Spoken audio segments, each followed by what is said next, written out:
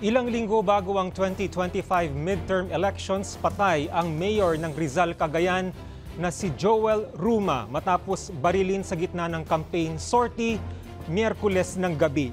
Ayon sa ulat ng Police Regional Office 2, tinamaan si Ruma sa kanang balikat at tumagos sa likod.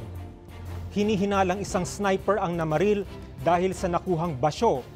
Agad siyang isinugod sa ospital pero idineklarang dead on arrival. Bukod kay Ruma, may dalawa pang sugatan sa insidente. Nakapaglunsad na ng hot pursuit operations ang PNP at naglagay na ng checkpoints sa mga kalapit bayan.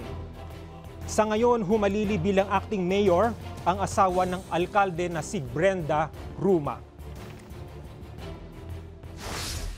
May nakuha po silang isang shell doon po sa possible location na kung saan po pumwesto yung sniper.